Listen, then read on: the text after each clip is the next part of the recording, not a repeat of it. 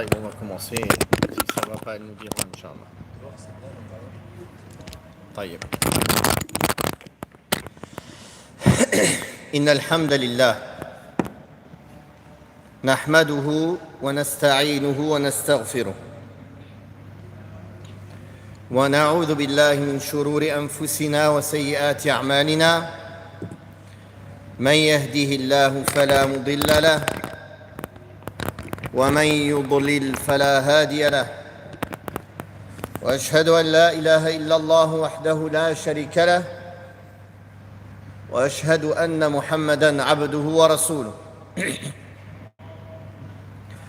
يا أيها الذين آمنوا اتقوا الله حق تقاته ولا تموتن إلا وأنتم مسلمون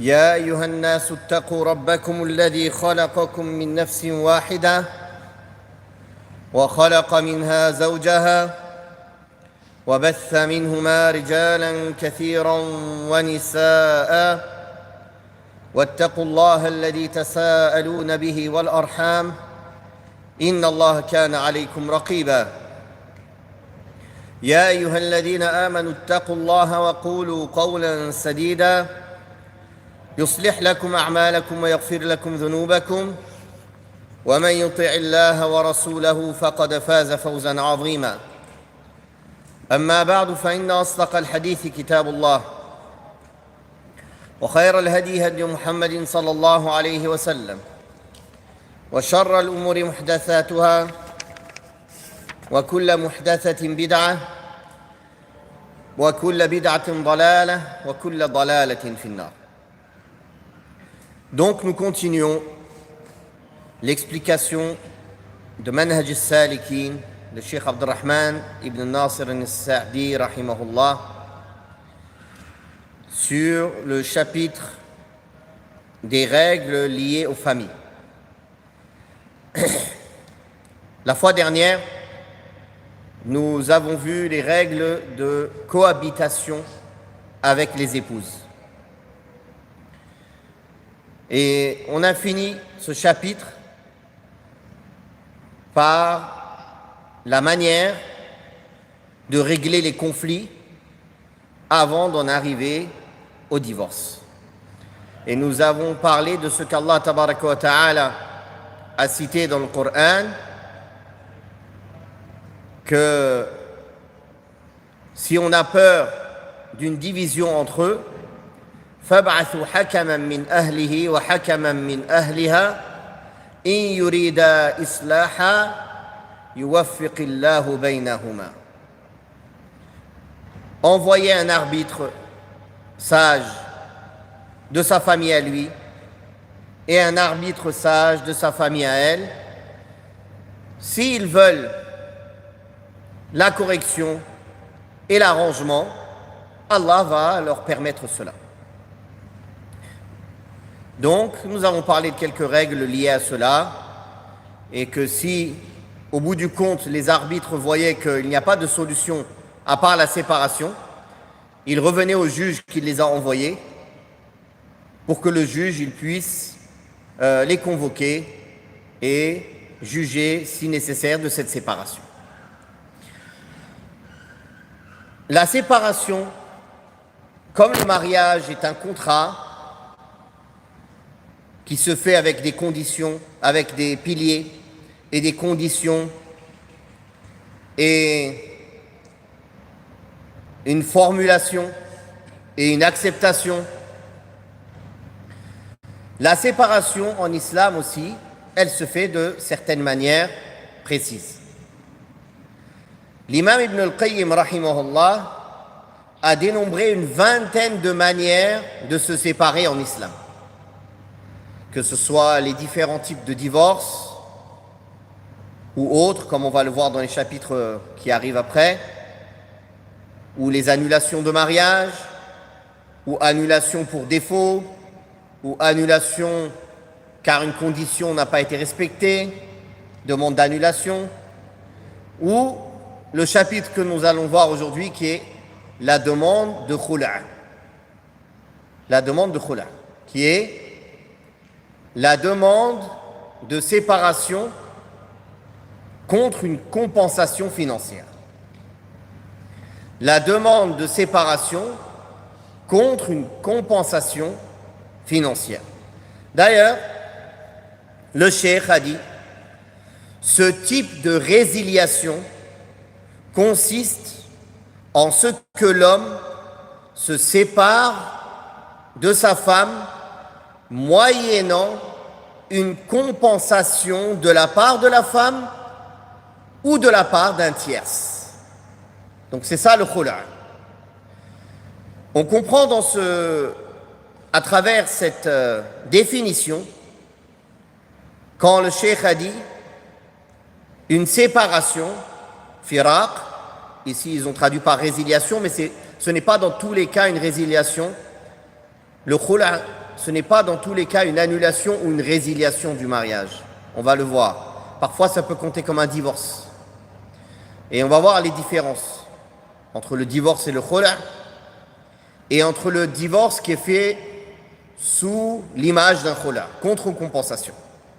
Parce que il en découle des règles.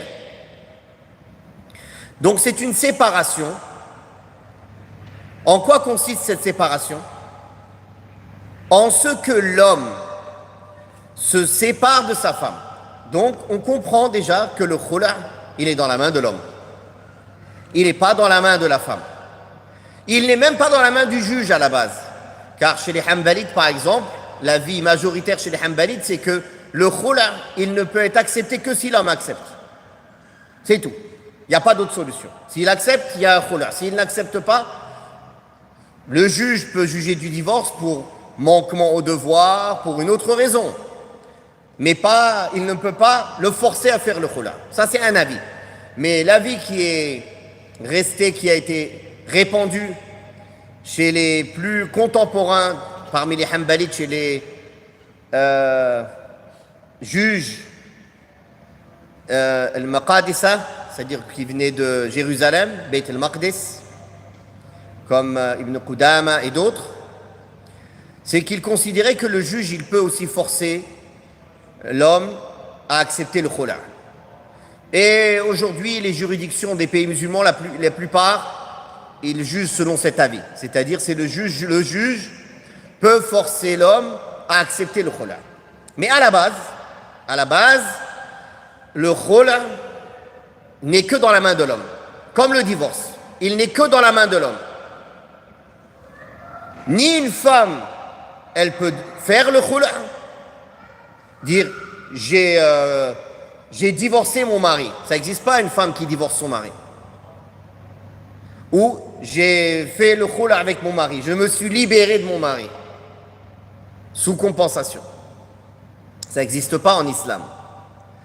C'est seulement l'homme s'il accepte, ou si le juge, il le juge.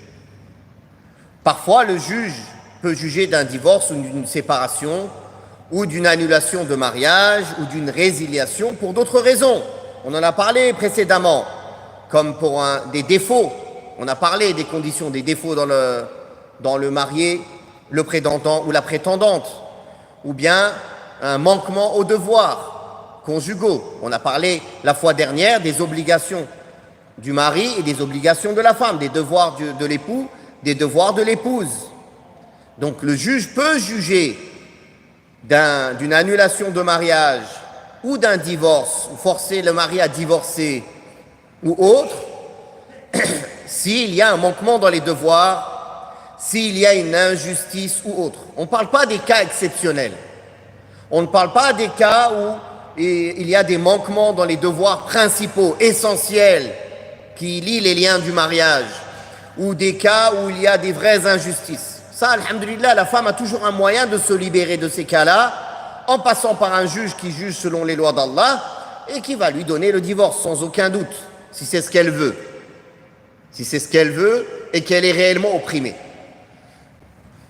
Après, la question est-ce que sa situation va être mieux après qu'avant? Ça, c'est encore une autre question, parce que parfois, il y a des femmes qui peuvent subir une partie d'injustice ou certains manquements, mais qui patientent, qui restent dans ce mariage pour un plus grand intérêt, un intérêt pour les enfants, Un intérêt pour elle car elle sait que malgré les manquements de son époux, elle ne trouvera pas facilement quelqu'un de mieux que lui.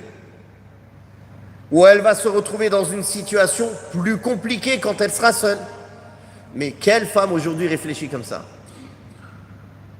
Juste elle en a marre, elle demande le divorce. Elle ne réfléchit pas plus loin que demain je vais être dans une situation pire, où je ne vais pas trouver plus facilement un mari mieux que lui. Non. Elle a entendu des gens dire mon mari est comme ça, il est exceptionnel, et tel homme il est exceptionnel. Elle a cru comme ça, elle a avalé la couleuvre sans réfléchir. Car les gens aiment bien se vanter et embellir leur vie de couple, mais ils ne parlent pas des défauts et des problèmes qu'ils rencontrent. Et ça on va y venir, Inch'Allah. Quoi qu'il en soit, le khul' est dans la main de l'homme. Comme le divorce est dans la main de l'homme. Ça, c'est un point essentiel à comprendre. Si on n'a pas compris ça, on ne peut pas passer à la suite. Et malheureusement, combien de personnes questionnent? Oui, ma femme, elle m'a demandé le divorce, je lui ai dit oui. Qu'est-ce que je fais maintenant? Mais pourquoi tu lui as dit oui? Quand elle a demandé, ou elle l'a dit même 1000 fois, ça ne comptait pas. Mais quand toi, tu as dit oui, ça compte. C'est ça que les gens ne comprennent pas. Ah oui, mais elle m'a demandé. D'accord, tout ce qu'elle te demande, tu dis oui. Si elle te demande une chose dans laquelle il y a un mal pour les enfants, il y a un mal pour toi, il y a un mal pour elle, tu dis oui. Pourquoi Allah a mis le divorce dans la main de l'homme? Pourquoi? Parce qu'il est censé ne pas dire oui tout de suite. Sinon, il aurait mis le divorce dans la main de la femme. Le fait que le divorce est dans la main de l'homme, c'est qu'il est censé être raisonné, qu'il est censé ne pas réagir sur les émotions, qu'il est censé penser à l'intérêt général. Mais où sont ces hommes aujourd'hui? Les hommes se sont féminisés et les femmes se sont masculinisées. C'est ça aujourd'hui la réalité. Le problème est dans les deux sens. Et d'ailleurs, si les femmes se sont autant masculinisées, c'est parce que les hommes se sont féminisés. Si c'était des vrais hommes, elles ne seraient pas devenues comme ça. Elles n'auraient pas trouvé comme raison, oui, mais telle a été opprimée, donc il faut que.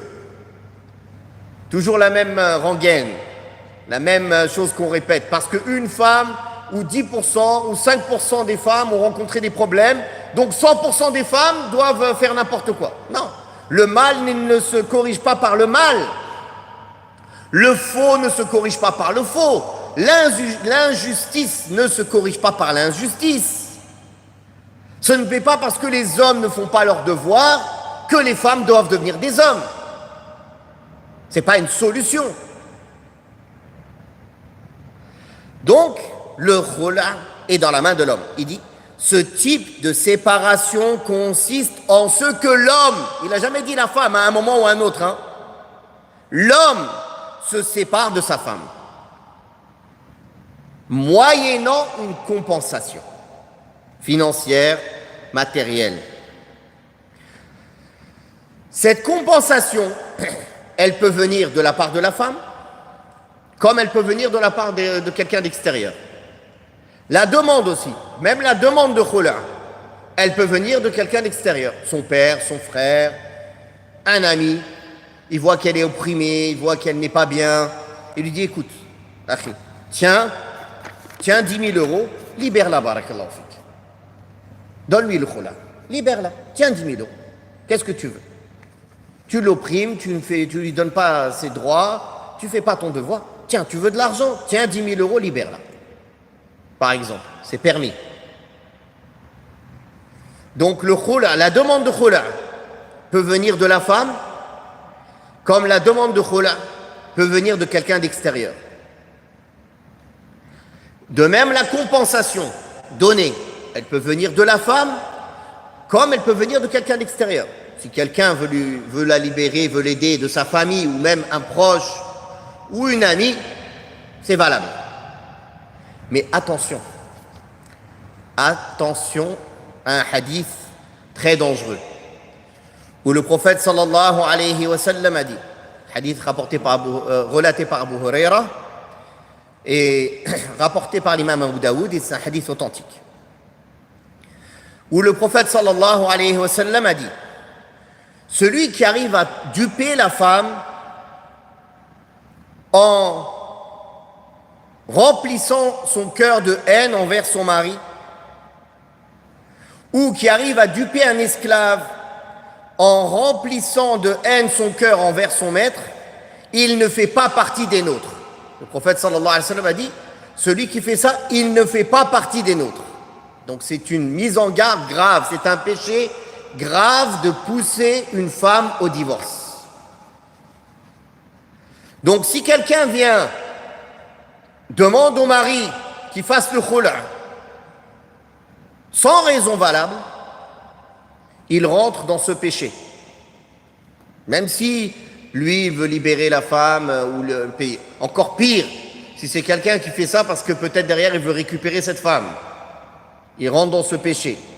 En plus du fait qu'il trompe cet homme. Rentre dans ce péché toute personne qui s'efforce de corrompre son épouse, l'épouse d'un homme envers son mari. Que ce corrupteur soit un homme ou une femme, qu'il soit un proche ou quelqu'un de lointain. De quelle manière? En évoquant ses défauts. Ah ouais, ton mari il est avare, en plus c'est pas quelqu'un qui est en forme physiquement, il est toujours dehors, je ne sais quoi. Mais le mari d'une telle, masha'Allah, regarde comment il est, ne t'inquiète pas, si tu divorces avec lui, il y a tellement de jeunes hommes beaux et riches qui te demanderont, regarde lui comment il est bien, il est joli, il a de l'argent, et ton mari il est pauvre, il n'a pas un sou, il est avare, etc. Cette personne, il ne fait pas partie des nôtres. Le prophète sallallahu alayhi wa sallam a dit, il ne fait pas partie des nôtres, cette personne. Combien sont nombreux ces gens-là aujourd'hui? Surtout des femmes divorcées qui, pour se sentir mieux, veulent faire divorcer aussi les autres. Comme ça, elles se sentent en bande, en groupe. Ah, je ne suis pas seule à souffrir. On souffre à plusieurs. C'est la réalité. Donc, elle va embellir sa situation aux autres femmes mariées. Pourquoi tu es sous l'autorité d'un homme? Il t'empêche de faire ce que tu veux, tu ne peux pas sortir, tu n'as pas la liberté.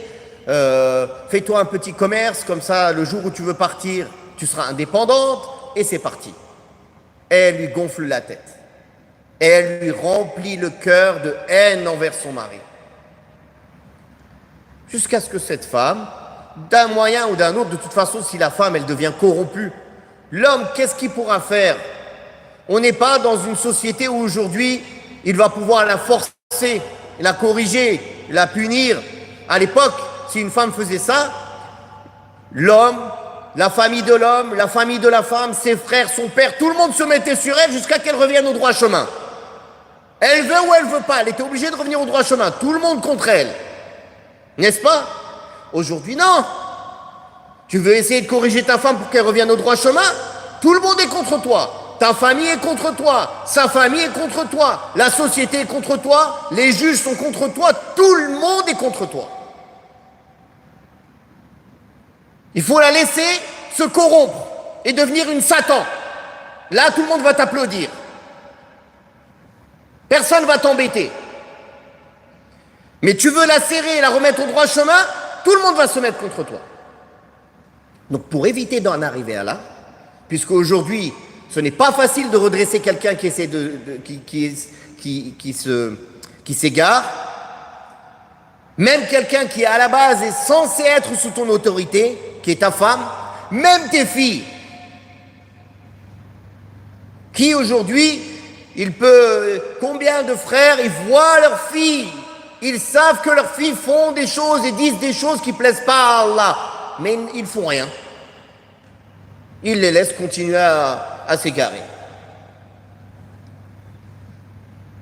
Et certains, même s'ils voulaient faire quelque chose, peut-être qu'il ne trouvera pas l'aide ni de sa femme, ni de sa famille, ni de personne. Tout le monde va se mettre contre lui. Donc au lieu d'en arriver à là, l'homme doit être intelligent. Il doit éviter d'en arriver à cette situation-là. Et prévenir plutôt que guérir. Et en islam, beaucoup de choses sont interdites à cause du fait qu'elles mènent au mal. Et c'est comme ça que le musulman doit réfléchir. Il prévient au lieu de guérir. Il évite toutes les causes qui peuvent mener à l'égarement de son épouse et de ses enfants. Et il fait tous les moyens en sa capacité pour les aider à craindre Allah, à penser à l'intérêt général, à ce que tout le monde fasse des sacrifices pour l'intérêt général. Une chose qui tue aussi les couples, c'est l'égoïsme, l'égocentrisme. Et les familles en général aussi. L'égoïsme et l'égocentrisme. Et comme ça tue les familles, ça tue la société musulmane. Car la plus petite cellule de la société, c'est la famille. Si dans la famille, il n'y a pas d'entente, d'entraide, de soutien, de sacrifice pour l'intérêt général, comment quelqu'un va faire ça pour le reste de la société, pour les autres musulmans? Donc, c'est une éducation que le père doit donner à ses enfants et à son épouse dès le début du mariage. Tout le monde dans cette maison travaille pour l'intérêt général. Personne ne travaille, comme entre guillemets ils disent, pour sa poire, pour sa propre personne. On travaille tous pour l'intérêt général. Et on en attend la récompense auprès d'Allah subhanahu wa ta'ala. Combien un chef de famille honorable, combien de choses il sacrifie, combien de son confort il sacrifie, combien de choses il sacrifie pour l'intérêt de sa femme et de ses enfants? Énormément. Si c'est un homme honorable. Malheureusement, aujourd'hui, la plupart de nos frères sont dans l'insouciance. Ils ne sont occupés que à courir derrière le dunya, amasser de l'argent, du confort, des plaisirs, des délices, des voyages, des voitures, des maisons, du commerce. Sa famille, son épouse et ses enfants s'égarent de jour en jour devant ses yeux, mais il ne voit rien. Il est aveuglé, il est saoul, il est ivre de l'amour de ce bas monde. Il voit flou, il ne voit pas clair. Donc toute cette maison qui dérive, c'est à cause du capitaine qui ne fait pas son travail, qui ne sait pas tenir la barre. S'il savait tenir la barre comme il faut, bi'idhnillah, la maison elle ne dérive pas. Donc le khula', ça consiste donc à une séparation que l'homme procède à cette séparation en acceptant une compensation de son épouse ou d'un autre pour se séparer de sa femme. On comprend aussi de cette définition que pour que ce soit considéré comme un khula', il faut nécessairement une compensation. Si un homme dit à sa femme « je t'ai donné le khula' » sans compensation, ce n'est pas un khula', c'est un divorce. Même si son intention était le khula'. Il faut une compensation. Après, il y a eu un accord sur la compensation. Et au moment de venir donner la compensation, il dit « non, regarde ton argent, j'en veux pas », ça compte comme un khula'. Il peut le faire, ça. Il peut sacrifier de ne pas le prendre. Mais à la base, dans le khula', il faut une compensation. Cette compensation n'a pas de limite plus basse ni une limite plus haute. C'est une question d'accord. D'ailleurs, ça a été rapporté dans un hadith que Jamil, si je ne me trompe pas, elle a dit « je demande le khula' contre tout ce que je possède, sauf le voile que j'ai sur ma tête. Donc ça prouve que le khula peut être donné même d'un montant supérieur à la dot qui a été donné. Donc ce n'est pas lié au montant de la dot. Comme ça peut être quelque chose une petite somme. C'est une question d'accord.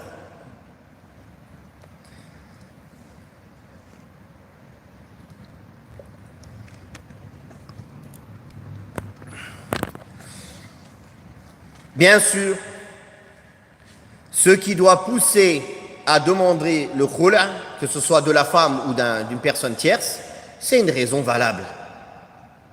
C'est une raison valable. Car le prophète sallallahu alayhi wa sallam a dit, toute femme qui demande le divorce à son mari sans aucun motif valable, l'odeur du paradis lui sera interdite. Ça, c'est une mise en garde terrible. L'odeur du paradis lui sera interdite. Quand il y a une mise en garde de l'interdiction du paradis, ça prouve que c'est un grand péché. Donc toute femme qui demanderait le divorce ou le khula, la séparation, sans raison valable auprès d'Allah, pas raison valable auprès des gens, hein, auprès d'Allah, pour lequel elle pourra en répondre devant Allah, elle ne sentira pas l'odeur du paradis.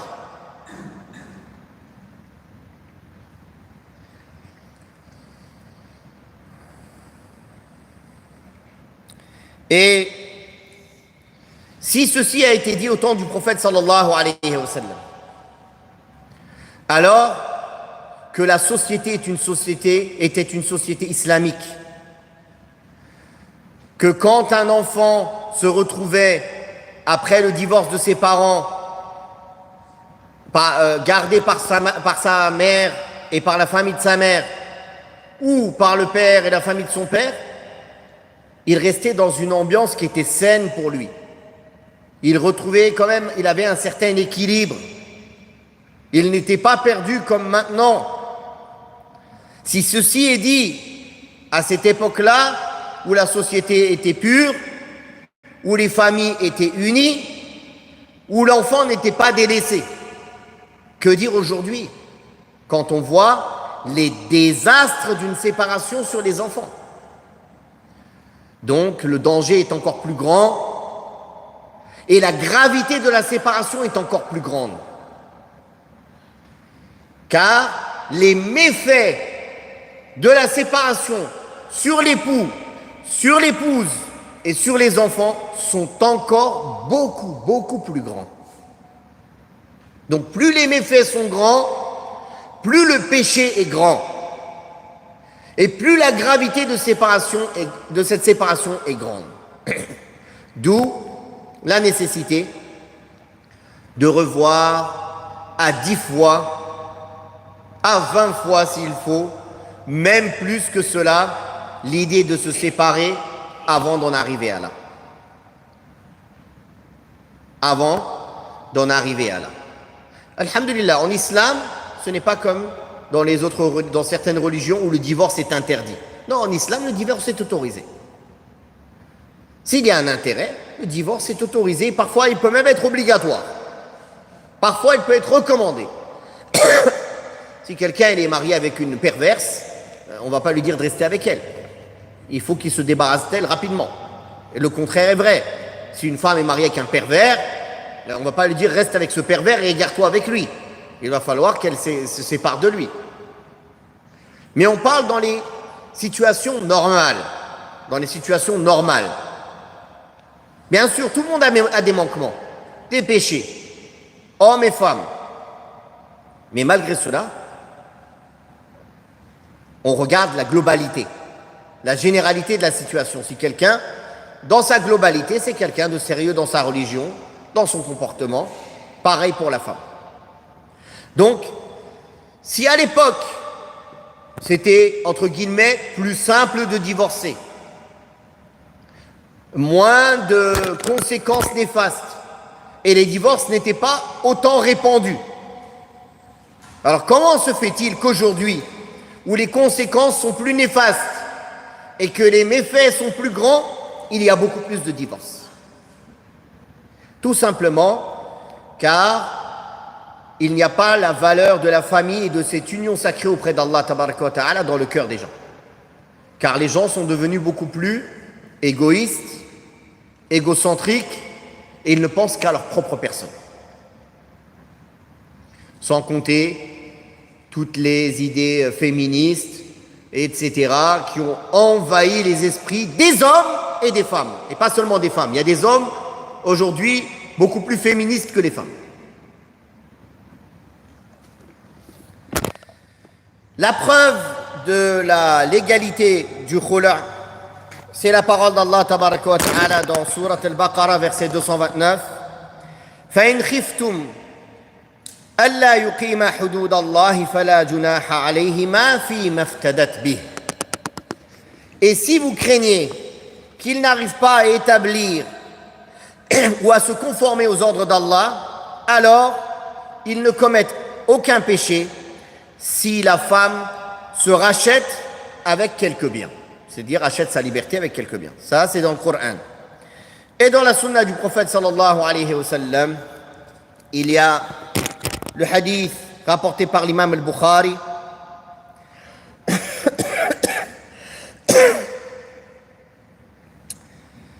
où une femme, la femme de Thabit ibn Qais,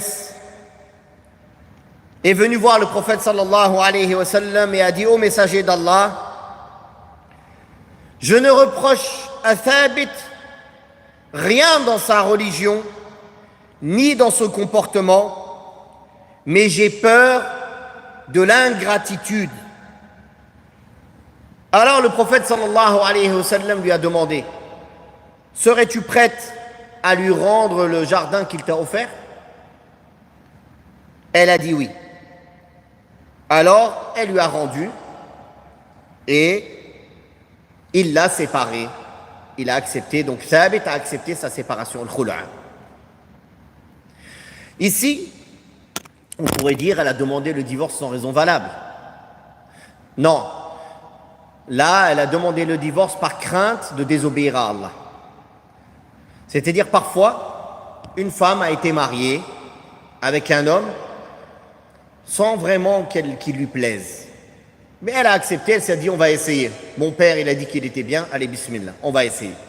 Puis, le temps il passe, il lui plaît toujours pas. Plus ça va, plus elle a de l'aversion contre lui. Par exemple. Elle arrive, à cause de cette aversion, elle n'arrive pas à lui donner ses droits, elle n'arrive pas à lui obéir, elle fait des péchés tous les jours. Donc, c'est de ce cas-là. Elle a dit: Inni akhaful kufr. Je crains l'ingratitude au messager d'Allah. Je crains tous les péchés que je fais. Donc, si une femme, à cause d'une aversion qu'elle a envers son mari, elle craint de tomber dans le péché, elle peut dans ce cas-là demander le khula' aussi. Mais c'est pas comme certains croiraient, tout se passait bien entre eux, et puis il a pris une décision qui ne lui plaît pas à la femme, et du jour au lendemain, ah, je ne peux plus le supporter. Non, c'est pas ça. Barakallahu fikum. Ou bien sûr, il s'est marié avec une deuxième épouse, ah, je ne peux plus le supporter. Donc c'est la cause, c'est juste parce qu'il s'est marié avec une deuxième épouse. Ça n'a jamais existé en islam qu'une femme, elle ait le droit au divorce parce que l'homme, il s'est marié avec une autre épouse. Ça n'existe pas, ça. Tant qu'il est juste, tant qu'il donne ses droits, et elle n'a pas à demander le divorce pour cela. Donc il faut bien comprendre ce hadith, barakallahu fikum, et ne pas l'utiliser à tort et à travers. Et quand on comprend bien les textes, on les réunit ensemble. On réunit ce hadith avec les autres hadiths qui mettent en garde celles qui demandent le divorce sans raison valable, et on comprend leur sens. Mais si on prend qu'une partie et on délaisse l'autre partie, comme faisait Ahl al-Kitab, les Yahoud, comme Allah Ta'ala a dit dans le Coran,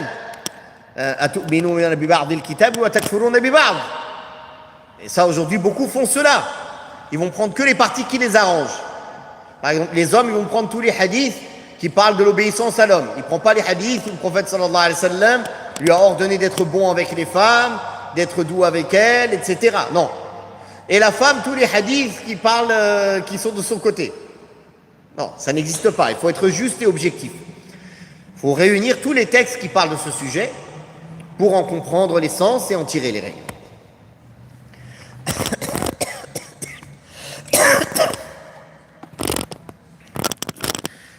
Donc le cheikh a dit, en parlant de ce hadith, si la femme a de l'aversion pour la conduite de son mari ou pour l'aspect physique de ce dernier, ou si elle craint de ne pouvoir s'acquitter de ses devoirs conjugaux en restant avec lui, il n'y a aucun grief à ce qu'elle lui paye une compensation afin d'obtenir leur séparation.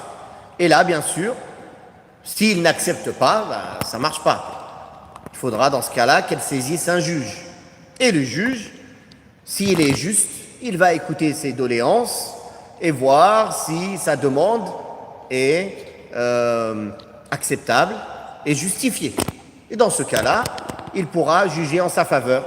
Mais s'il voit que sa demande n'est pas acceptable, n'est pas justifiée, il ne jugera pas en sa faveur.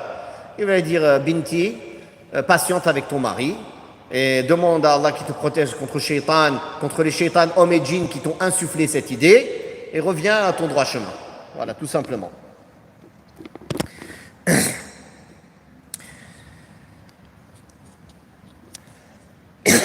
Puis le cheikh a dit, ce type de résiliation est permis quelle que soit la contrepartie, pourvu que l'individu concerné soit habilité à divorcer. Bien sûr, donc l'homme, il accepte le khula ou bien son représentant. C'est valable aussi. Si par exemple il a désigné un représentant qui peut décider pour lui cette question, son représentant, quand il parle, c'est comme si lui parlait. Car il lui a donné mandat. Il l'a mandaté pour cela. Donc à partir du moment où il l'a mandaté, c'est valable.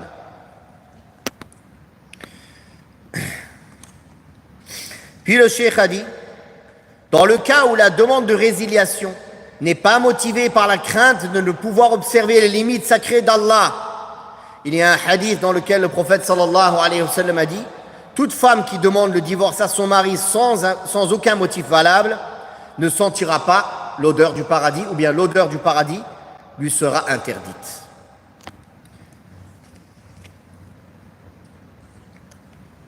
On va finir ce chapitre du khula en citant un point dans le madhab de l'imam Ahmed ibn Hanbal qui différencie les différents types de khula. Si la femme demande le khula, mais l'homme dit à sa femme, tu es divorcé, dans le madhab de l'imam Ahmed, ça compte comme un divorce et non pas comme un khula. Sauf que c'est un divorce pour lequel il ne pourra pas la reprendre pendant la période de viduité. Mais il lui sera comptabilisé un divorce contre lui. En fait, la différence entre une annulation de mariage et un divorce, c'est que les divorces, l'homme n'en possède que 3 maximum. C'est-à-dire après le 3e, elle lui est interdite. Il ne peut pas revenir avec elle, il ne peut pas se marier avec elle.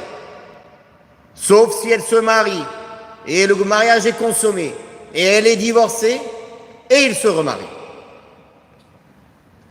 Alors que le khula ou la résiliation pour défaut ou pour non-respect de la condition, toute résiliation de mariage, ça ne compte pas comme un divorce. On va donner un exemple. Un homme a déjà divorcé au préalable sa femme 2 fois. Une fois, il l'a récupérée avant la fin de la période de viduité.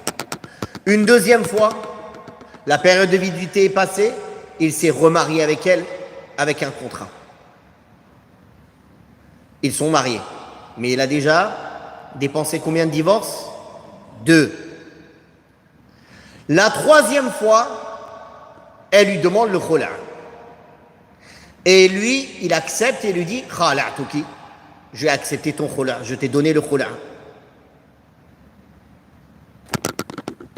Et voilà qu'ils viennent nous voir, ils viennent voir le juge, on regrette, on a eu déjà 2 divorces, et là, elle m'a demandé le khula et j'ai accepté.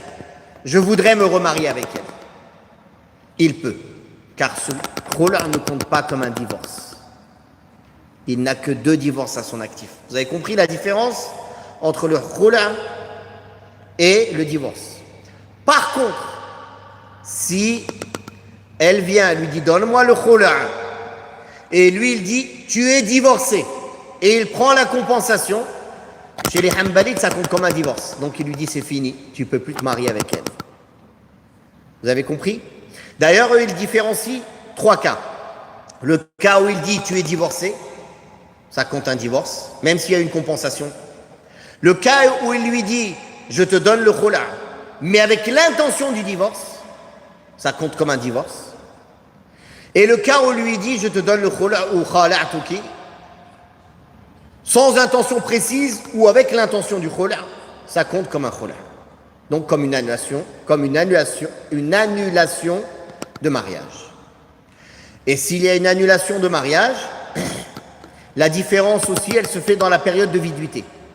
Pour un khul' ou pour une annulation de mariage, c'est une seule période de menstru. Pour un divorce, c'est 3 périodes de menstru. Si il a accepté le khul'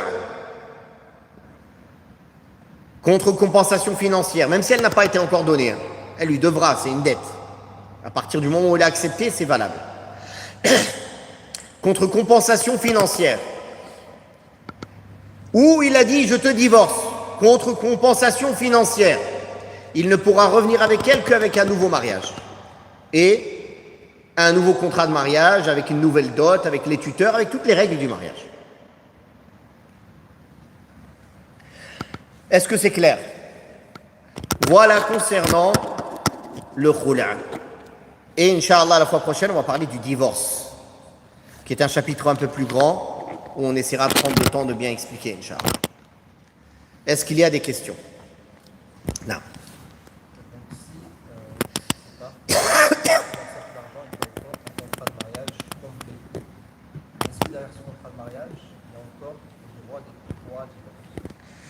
Non. S'ils se séparent et ils se remarient, le nombre de divorces qui sont passés avant reste. Il est comptabilisé dans le nouveau mariage. Il est remis à zéro que le cas du 3 divorces, puis elle se remarie avec un autre homme, puis elle est divorcée. Seulement dans ce cas-là. Non. Oui.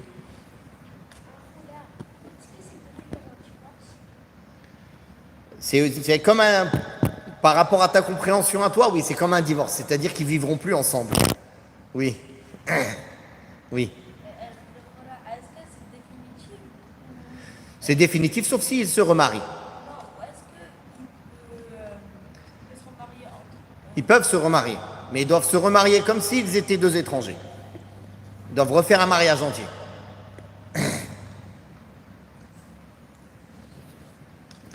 Alors, on va voir ici. Alors, les questions sur Internet, écrivez des choses courtes parce que j'arrive pas à lire.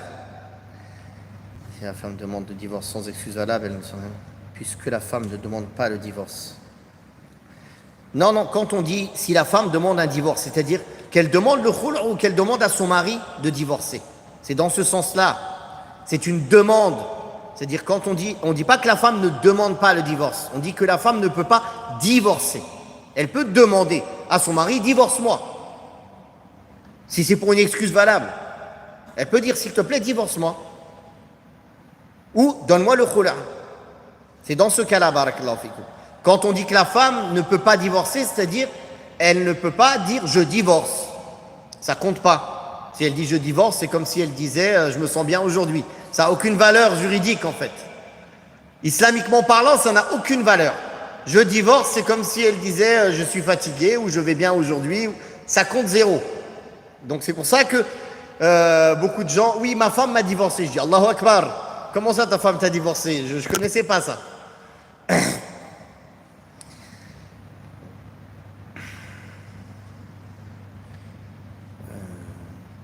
Dire des formules de gentillesse à sa femme, il n'y a pas de mal. Toute formule dans lesquelles, toute formulation à sa femme ou à son mari ou à ses enfants, dans lequel il n'y a pas de choses contradictoires à l'islam, des paroles contradictoires à l'islam, où il n'y a pas une exagération. mais des paroles gentilles, des surnoms. Le prophète sallallahu alayhi wa sallam donnait un surnom à Aïcha. Il n'y a pas de mal en cela, au contraire, c'est une bonne chose.